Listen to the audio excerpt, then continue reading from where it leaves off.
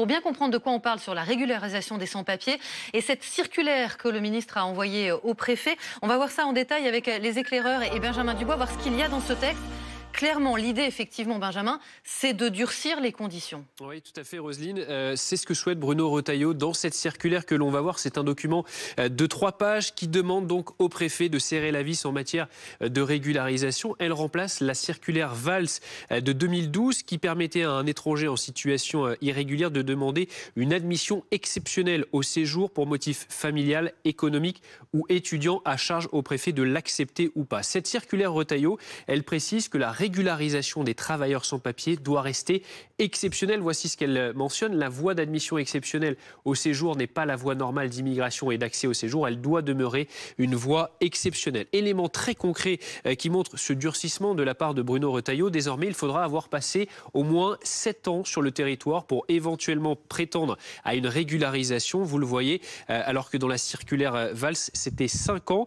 Dans cette circulaire, le ministre précise aussi qu'il sera intraitable sur la maîtrise de la langue française comme élément d'intégration. Une attention particulière devra être portée à la maîtrise de la langue française, précise donc Bruno Retailleau dans cette circulaire, qui sera appréciée donc favorablement par la justification d'un diplôme français ou d'une certification en langue, écrit-il donc au préfet. Oui, il insiste aussi sur l'importance d'adhérer aux principes de la République. Oui, et voici ce qu'il indique. Tout étranger qui sollicite un document de séjour devra aussi s'engager par contrat à respecter les principes de la République. Et l'accent est mis aussi sur l'exécution des OQTF, les obligations de quitter le territoire français. Si la personne a déjà fait l'objet d'une OQTF non exécutée, elle ne pourra obtenir un titre de séjour. Et s'il y a un refus de séjour, cela doit être accompagné d'une OQTF. Le ministre de l'Intérieur vise une baisse d'environ 10 000 régularisations par an.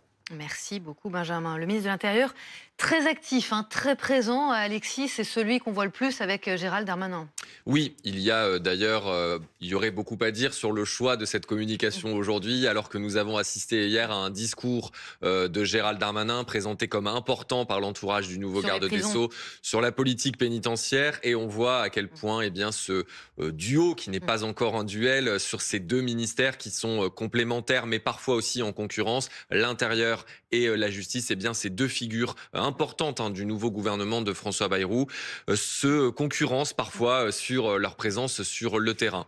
En revanche, aujourd'hui, bien sûr, les 2 thèmes n'ont pas de lien. Le thème d'aujourd'hui pour Bruno Retailleau, c'est l'immigration, avec cette volonté de montrer de la fermeté, plus de fermeté que la circulaire de Manuel Valls, qui est son homologue au sein du gouvernement. On le rappelle, Manuel Valls est ministre de l'Outre-mer. Et Bruno Retailleau, qui veut avancer sur ce sujet. Il se sait limité par certaines dispositions, notamment légales.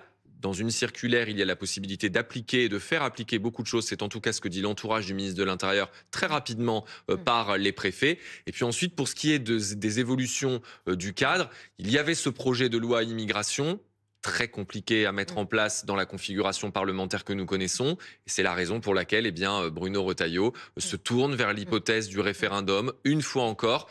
Il faut dire que la boîte de Pandore sur ce sujet a été rouverte par Emmanuel Macron lorsqu'il a surpris un peu tout le monde au moment de son allocution des vœux du 31 décembre 2024, en disant, le président de la République, qu'il proposerait des sujets à la consultation ou au référendum en 2025.